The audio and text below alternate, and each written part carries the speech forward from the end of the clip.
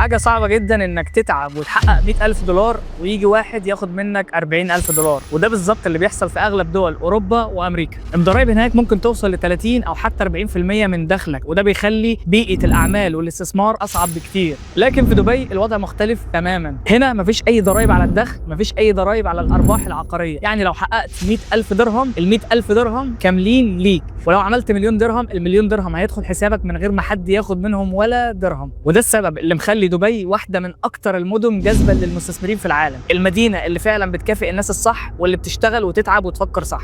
ومن وجهة نظري من أذكى وأربح أنواع الاستثمار في دبي هي العقارات. إنك تشتري عقار وتبيعه أو تشتري عقار وتأجره، الطلب دايما موجود والسوق في حالة تزايد مستمر. مدينة دبي مدينة فيها كل عوامل النجاح: أمان، فرص، تكنولوجيا، بنية تحتية قوية، وحياة اقتصادية نابضة بالحياة. من الآخر مقومات النجاح كلها موجودة هنا. فلو بتفكر تبدأ استثمارك العقاري من مكان فعلا يقدر مجهودك، نصيحة من القلب: ابدأ من دبي. والجميل ان البداية مش صعبة زي ما الناس فاكرة. كل اللي انت محتاجه كدفعة اولى مبلغ حوالي 45 ل 50 الف دولار، واقساط شهرية بسيطة حوالي 2000 دولار. ابعت لي رسالة وهقول لك على افضل الفرص العقارية المتاحة حاليا في دبي، وخلينا نحط سوا اول حجر في استثمارك العقاري في دبي.